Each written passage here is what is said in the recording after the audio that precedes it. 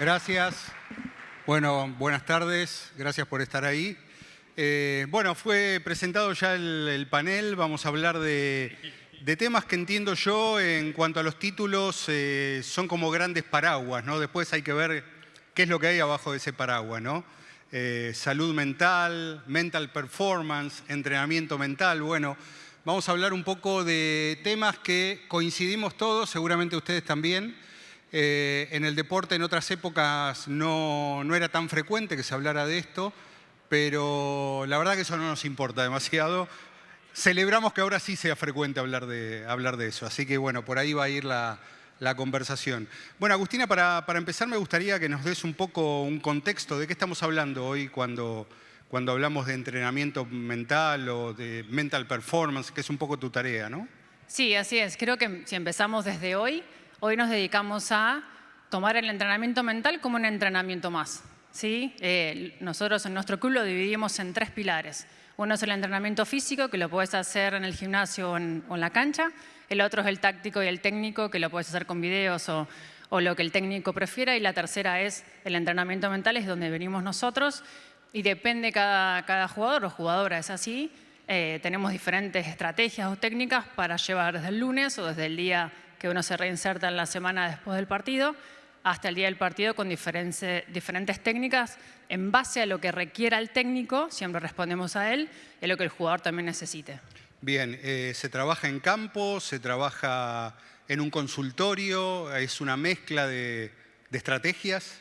Es una mezcla. Se trabaja en campo siempre cuando estás con un equipo full time, porque es lo que necesitas también entender lo que requiera el cuerpo técnico. Los trabajás uno a uno en el consultorio, en el club, por grupo también, y también en sesiones online. Siempre se adapta uno a la necesidad del jugador. Bien. Después, Pipa, vos vas a hablar de todo lo que te perdiste, ¿no? Porque todo esto no estaba cuando te tocó. Pero el que sí tiene los beneficios de los avances es Miguel Barbieri.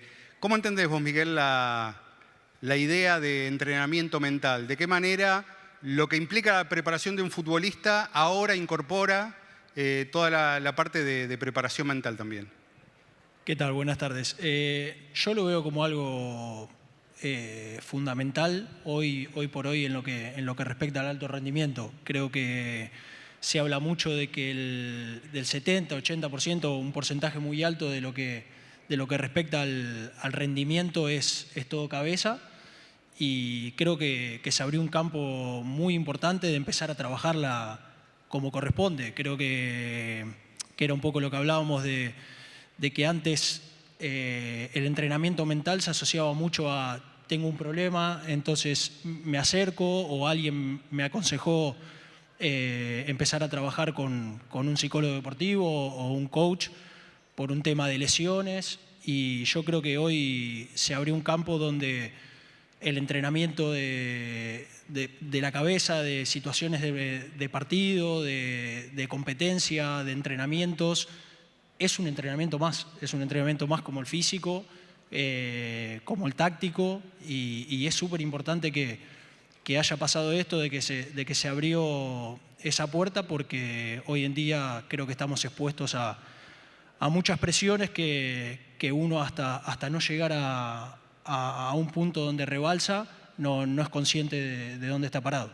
Claro, y a lo mejor el momento de explotar ya es cuando, digamos, se llegó tarde al asunto, ¿no? Sí. A ver, situaciones límites tenemos, el alto rendimiento es así, te lleva al límite. Y muchas veces, si vos no estás preparado o no entrenás ese tipo de situaciones, te agarra muy desprevenido, y ahí es donde te encontrás en situaciones donde después puede pasar a mayores, a muy mayores, o puede ser algo que lo podés agarrar a tiempo y mejorarlo con entrenamiento, pero si vos me preguntás a mí qué se puede aconsejar o qué se puede decir, yo creo que tiene que ser parte de una rutina de todos los clubes, de cada jugador individual, trabajar este tipo de cosas, porque son cosas que tenemos todos los días, en todos los entrenamientos, todos los fines de semana, y que como experiencia personal me ha ayudado 100% a mejorar ese tipo de situaciones. Pipa recién, bueno, lo decía un poco en broma, pero bastante en serio, ¿no? Una mirada tuya probablemente desde una época, y Agustina también, donde estos temas no estaban tan en la superficie, no había un abordaje concreto, o incluso la psicología en el deporte también tenía que dar muchas explicaciones, ¿no? ¿Vos a qué asociás ahora la idea de bienestar y cómo desde, bueno, seguramente interiormente seguís siendo un atleta, pero ¿cómo observás todo este panorama ya un poco desde afuera de la cancha, ¿no? Bueno, buenas tardes. No, obviamente hoy lo observo en el presente de una manera muy optimista, ¿no? Como que ya es algo que está muy normalizado. Vos lo dijiste, a nosotros nos tocó jugar en la época en la cual esto era medio como tabú, ¿viste? Que vos veías a un psicólogo entrar en un vestuario y era como cuando entraba el sacerdote a la habitación del hospital, era como venía a darte el último, ya está, te vas al descenso o peor. Pero bueno, transformar eso, solucionar problemas a subir el rendimiento individual de un equipo o incluso, como lo decía Miguel, es sumar herramientas, ¿no? Es hacerte mejor y no solamente a nivel individual, sino además a nivel el entorno de un jugador. Muchas veces un psicólogo deportivo o un profesional en salud mental puede darle herramientas a las personas que están alrededor de cada deportista, a los padres, a los entrenadores, sobre cómo abordar esas relaciones, especialmente cuando estamos viviendo una nueva generación que está muy abierta a tocar estos temas y a exteriorizarlos. Sí, me gustaría retomar desde algo que recién Miguel proponía, que es la idea de que un entrenamiento mental o un coaching no solamente hay que asociarlo a un mal momento. Cuando hay un mal momento es sumamente útil, pero también puede servir para lo positivo, para generar confianza individualmente dentro del equipo. ¿Cómo se genera la confianza? ¿De qué manera ustedes entienden que se puede, así como se entrena para mejorar en lo que sea, un cabezazo, un tiro libre, mejorar la cabeza para generar confianza?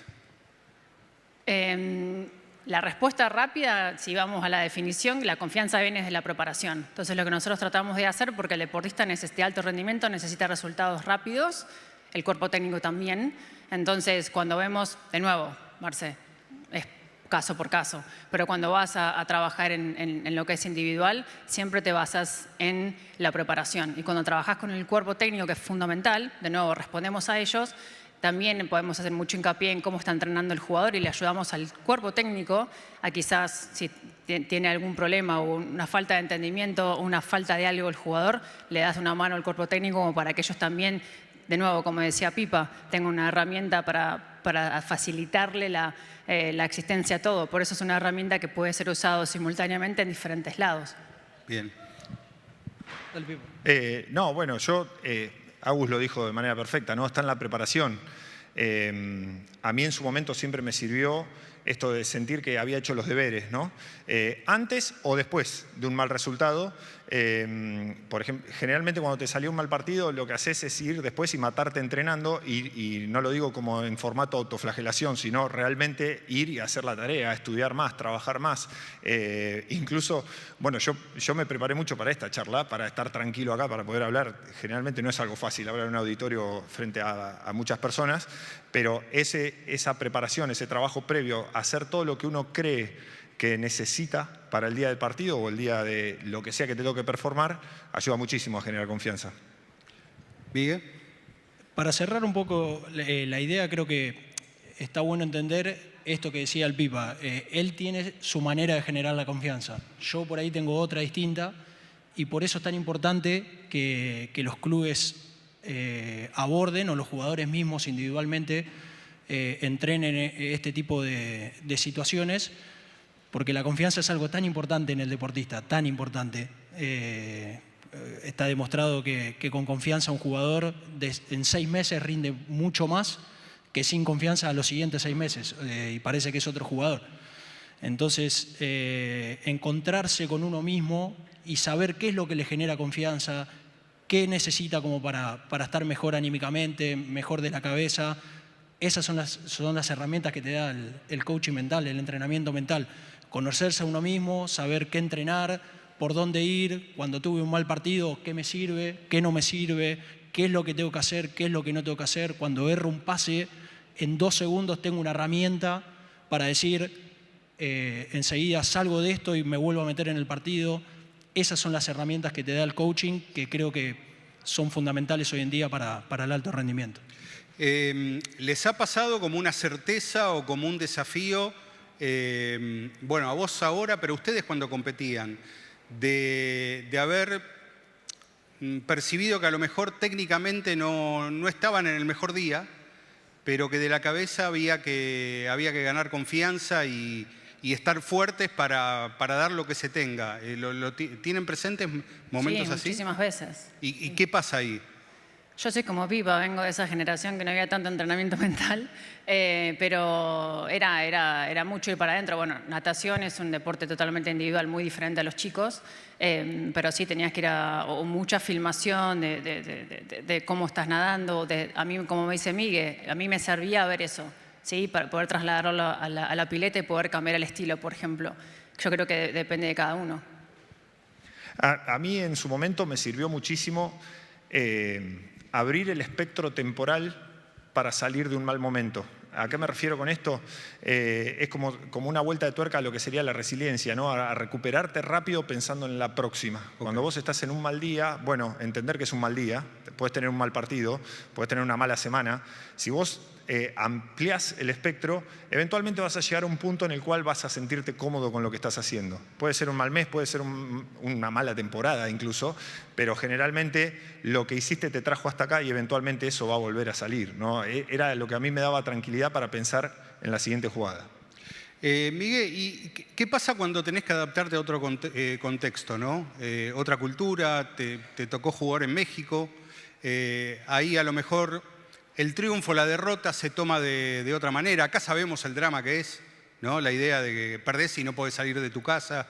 En ese sentido, ¿cómo gestionaste tus emociones?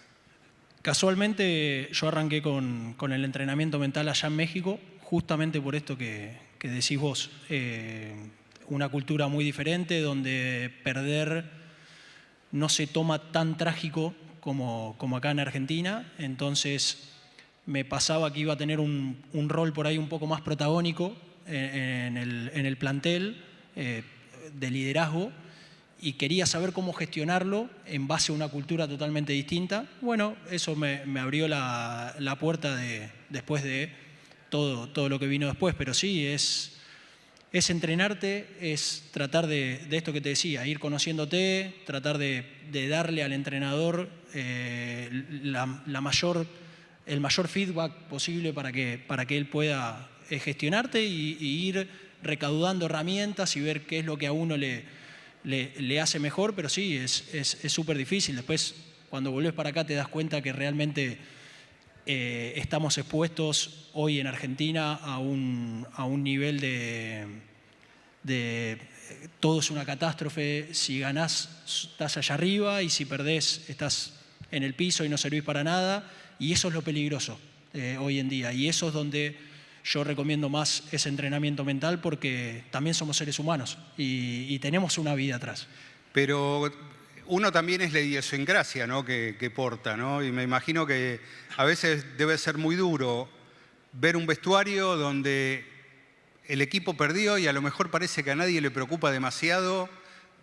Hay que gestionar esa ira también. ¿Qué pasa acá? Que perdimos y están todos, no quiero decir de fiesta, pero casi, ¿no? Y a nosotros nos pasaba, siempre hay 4 o 5 sudamericanos en el equipo, y nos pasaba eso, que nosotros perdíamos y nos mirábamos entre nosotros y no podíamos creer que vayan escuchando música, que se vayan riendo. Y hoy, por ahí un poco más grande y entendiendo las situaciones, creo que está bueno también ese punto medio, de no llevarlo tan extremo como lo hacemos ahora acá en Argentina. Tampoco que se pase para el otro lado, porque quieras o no es un alto rendimiento, hay competencia, hay una institución, hay que tomarlo con seriedad. Entonces, ni no importa nada, perder no pasa nada, ni tampoco perder es una catástrofe. Creo que hay que tratar de encontrar ese punto medio, que muchas veces es difícil en una sociedad donde el estado de ánimo general en la semana se mueve por lo que pasa el fin de semana. Sí. Recién hablaban de la perspectiva generacional, ¿no? Estamos en una época donde incluso para deportistas de alto rendimiento, están las redes sociales. Muchos mostrando su estado emocional en redes sociales. ¿Cómo ven lo que está pasando ahí? Se habla de, antes decías vos, Pipa, una generación más abierta de mostrar cómo está, pero enseguida viene la etiqueta, ¿no? Generación de cristal, no se bancan nada. ¿Cómo definen este momento en ese sentido? Difícil, ¿eh? Creo que es una moneda como todos, con dos caras. Por un lado, el estar más abiertos es mucho más maleable de trabajar las cosas. Por ejemplo, hablo desde mi experiencia, desde lo mental, desde lo grupal, en lo que es alto rendimiento. Después, del otro lado, es algo que nosotros no teníamos, imagínate. Entonces, le tenemos que dar herramientas, como todos, para manejarla. ¿Sí? Es como, nosotros hablamos que es como una persona más o más.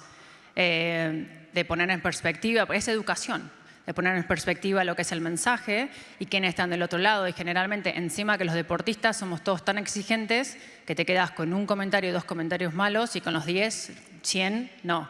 Entonces, es toda una estrategia de cuál es la relación con el celular y demás. Yo creo que siempre hay el lado bueno de las cosas, que es hablarlos. Y después tenés lo que es en el vestuario, que seguramente Miguel lo puede decir desde otro lado, donde tenés 2 generaciones que están encontrando, en donde todos nos tenemos que adaptar para una mejor convivencia. Yo creo que la herramienta más útil que se puede usar de cara a las nuevas generaciones es el disfrute. El disfrute como política deportiva, te diría. Porque estamos ante una generación joven que si no disfruta lo que hace o si no encuentra propósito detrás de lo que hace, muy probablemente no lo haga. Y no lo veo como algo malo, al contrario, lo veo como algo muy bueno. Y me parece que hay que encontrar las maneras no de resistirse a estas nuevas generaciones, sino buscar conectar con ellos. Hay un montón de experimentos que se están llevando adelante en muchas ligas, muchos deportes. Antes, por ejemplo, los entrenamientos era un momento sagrado de silencio, concentración. Hoy los entrenamientos tienen música, los entrenadores encuentran la manera de gamificar el rendimiento de los jugadores. Tipo, che, hoy el mejor defensor se lleva, no sé, una cerveza a la casa, ¿viste? Y se entrega en el vestuario después del partido. Encontrar la manera de que los jóvenes de hoy disfruten lo que hacen va a ayudar a que se enamoren del juego y que no lo sufran. Esto, vos estábamos hablando también de bienestar, ¿no? Y de alejar esa línea de burnout, de que detesten lo que están haciendo y que quieran salir espantados de la actividad de alto rendimiento. Pips, ahí te agrego algo, Sí. ¿no? Porque me parece que podemos hablar horas de esto, en donde sí estoy con vos en el tema del disfrute. Primero, nuestra generación no sabe disfrutar, entonces No, para la generación le tenemos que enseñar qué significa. Pero después Al revés, también, valorábamos claro, demasiado como el sufrimiento, el sacrificio, y era otra idolatramos cosa. eso, ¿no? Sí. Ahora, el desafío al menos mío, también que Estados Unidos es una sociedad diferente, es saco natación porque es demasiado entrenamiento, pero igual, el alto rendimiento, como decía al principio Miguel, hay una parte en la que tenés que entrenar y es hasta difícil de decirle lo vas a disfrutar porque te va a doler. Y me imagino que él a los 80 minutos que le está doliendo y tiene que seguir empujando, entonces ahí nosotros tenemos que dar estrategias. Entonces no es que no estoy de acuerdo, pero es el desafío constante en donde, claro, a dónde es porque, qué sé yo, uno disfrutaba nadar 8 horas por día. ¿Cuánta gente lo hace? Es poco, claro. ¿Entendés? Y qué sé yo, por ahí el dolor ese es... Yo no le saqué la conclusión todavía, no sé, capaz que Miguel vos sí. A mí me gusta siempre esto de ir conociéndote como deportista, como persona de alto rendimiento, ir conociéndote. Hoy estamos muy expuestos. Hay gente realmente muy danina, como también hay mucha gente que te idolatra por momentos, desde destellos que por ahí podés llegar a tener, por un triunfo, por una jugada misma. Entonces, creo que es ahí donde nosotros tenemos que conocernos y saber qué es lo que nos hace bien y qué es lo que nos hace mal. Porque estamos tan expuestos a lo bueno, a lo malo, a la crítica, al halago. Hoy un jugador de fútbol de River, de Boca, prácticamente no puede salir a comer, a caminar, sube una foto y ya la ven millones de personas. Entonces, conocete, sabé qué te hace bien, sabé qué te hace mal y sabé qué te hace mejorar el rendimiento y qué te lo hace empeorar como para trabajarlo. Yo creo que eso es lo que hoy la generación de hoy en día, yo soy más de la vieja escuela y así todo trato de conocerme día a día porque soy un perro verde, que me gusta entrenar, que juego 87 minutos bien y 3 mal y yo me voy a mi casa mal. estoy mal con mi familia, no, estoy amargado y soy de esa generación. Pero así todos sé que hay una nueva generación que viene dando paso, que tiene que cuidarse o por lo menos tener conocimiento de las herramientas y de la exposición que hay hoy en día y las tiene que trabajar, no hay otra. El deporte, entre otras cosas, tiene rituales, ¿no? Pero muchas veces la vida interna de un plantel, de un club, tiene sus propios rituales. ¿Tienen cosas para contar? Por ejemplo, de tu experiencia en el DAU, en Bahía Blanca. Sí. O Agustina, cosas que hace un equipo, vos también, Miguel, como para estar todos en la misma, vibrar todos en la misma frecuencia, ¿no? Sí, por ejemplo, en DAO Center nosotros usábamos mucho el área del comedor como recurso educativo y formativo. En Bahía Blanca nosotros trabajábamos con talento joven. El proyecto era un proyecto estrictamente de desarrollo de jugadores juveniles. Y usamos el comedor para cruzar a los jugadores con otras personas que no tenían nada que ver con el equipo de básquet, ya sea el personal de mantenimiento, gente de otras empresas que trabajaban en el mismo lugar y que se sentaban a comer y conversaban de cosas completamente distintas, que es tipo, che, porque el jugador, es lo que decía Miguel, es, si no solamente de las redes sociales, el mundo, el contexto cercano que te rodea, te mete en tu burbuja de, che, ganaste ayer o perdiste ayer, sos un fenómeno o un perro, y es muy difícil encontrar un punto de apoyo, ¿no? Cuando todo el mundo te habla de lo mismo. Es igual de peligroso para bien y para mal. Entonces, para los chicos que habían o jugado muy bien o jugado muy mal, al otro día encontrarse con una persona que ni siquiera sabía que habían jugado, ayudaba como a traerlos a un punto de equilibrio, ¿no? Era importante la perspectiva. Bien. Nosotros tenemos, bueno, en Estados Unidos no se concentra cuando juegas local y hay como una diferencia entre cuando juegas local y visitante, entonces se decidió que el viernes a la noche o la noche anterior a jugar, igual nos juntábamos a cenar y demás, tiene muchas más restricciones allá, pero de nuevo, volviendo a tu primera pregunta, lo que decía Pipa, creo que el jugador cuando se lo toma como persona primero, cuando se lo trata así y se lo pone se la saca de la burbuja y se lo pone como una persona normal, comprobamos, pero hasta tenemos estudio, nosotros estamos trabajando con Stanford en la universidad allá, de cuánto necesitamos dispersar al jugador y a las jugadoras y a los equipos para que también aumente el rendimiento y los resultados están siendo increíbles, creíbles pero increíbles. Entonces, es una cena, puede ser un desayuno, puede ser un café, lo que sea, que lo ponga en realidad al jugador. Si bien es todo muy subjetivo, ¿hay alguna manera de cuantificar el entrenamiento mental? El fútbol se puede cuantificar ahora, tenés datos, básquet ni que hablar. ¿Hay alguna manera de cuantificar cómo se está trabajando en esa parte de performance también? Por ahora los resultados que tenemos son en base a feedback de los jugadores. De nuevo, yo no puedo... O sea, El famoso test de bienestar y eso. Sí, un poquito bastante avanzado, por suerte, pero, por ejemplo, si ellos están lesionados o les duele algo, pueden en una resonancia en 1 hora, 2 horas tener el resultado. Nosotros no tenemos cómo demostrar si la confianza hoy está en 8 y mañana está en 9 gracias a que fue a cenar con el equipo. Eso sí es más complejo, pero siempre se basa el feedback y, como decía Miguel antes, es entre el 70 y el 90% de cada partido que le dan todo el peso y se lo atribuyen al entrenamiento mental. Bien.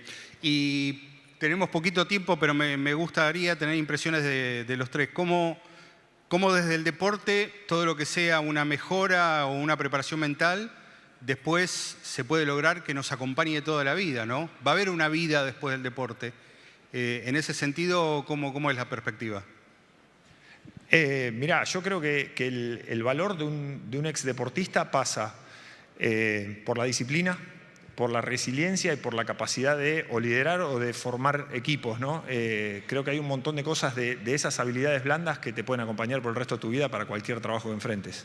Bien. ¿Miguel?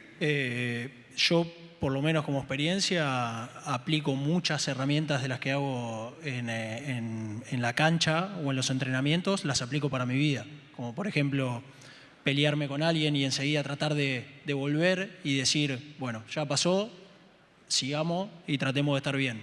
Son cosas que te van a acompañar de por vida, como te puede acompañar otras cosas, pero yo creo que netamente hay que abordar y tomarlo hoy para lo que es el rendimiento. Después sí te van a acompañar algunas cosas para la vida, pero Creo que hay que hacer útil la corta vida que tiene este alto rendimiento y hacerla valer con entrenamiento mental. Agustina, te dejo el cierre. Difícil de sumar porque ya han dicho todo, pero creo que desde este lado hay que darle como más entidad y conciencia a la gente de lo importante que son los deportistas, porque lo que hablaba los chicos de las redes sociales o Migue, que si juega 3 minutos mal después se iba a la casa, también lo positivo de eso es que él tiene que lidiar y ser fuerte y crear herramientas para poder sobrellevar eso, y eso lo tienen todos los deportistas y a veces ni siquiera sabemos que lo tenemos. Entonces, todo lo que es comunicación, me imagino que ellos también como líderes tendrán que comunicar en el equipo. Creo que tenemos tantas herramientas y tan importante sería que la sociedad sepa eso, porque te digo, desde el retiro es tan difícil reinsertarse, y los deportistas son tan importantes, o los jugadores de fútbol tan importantes, y el día que se retiran ya todo el mundo se olvida. Así que creo que sería bueno que todos se acuerden de ellos durante y después también. Bueno, creo que dejaron muchas ideas interesantes. Muchas gracias. Un aplauso, por favor. Gracias. Muchas gracias.